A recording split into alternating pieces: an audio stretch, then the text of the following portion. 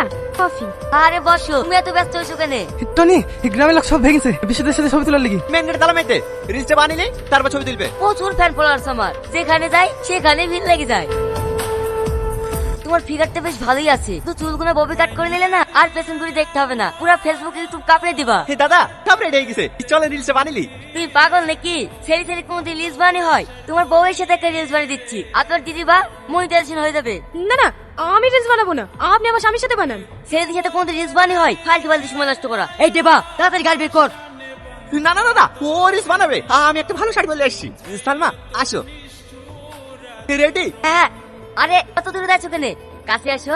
আমায় কইরা গেলি পর তুই বাঁধলি নতুন ঘর। সালমা সরি দাদা সরি। স্যার, এই রাজু, তাড়াতাড়ি গাড়ি বের কর। দাদা আমার কথাটা শোনেন দাদা। দাদা দাদা, এটা তুমি কি করলা? তোমার একটুও গায়ে পাচ্ছে না? আমার বউকে অন্য কেউ টাচ করছে, তুমি বেহার মতো দাঁড়িয়ে দাঁড়িয়ে ক্যামেরা করছো। ও কি হয়েছে? এটা তো অভিনয়। তোর বউয়ের গায়ে একটা পরপুরুষ টাচ করছে, আর সেটা অভিনয়। তুই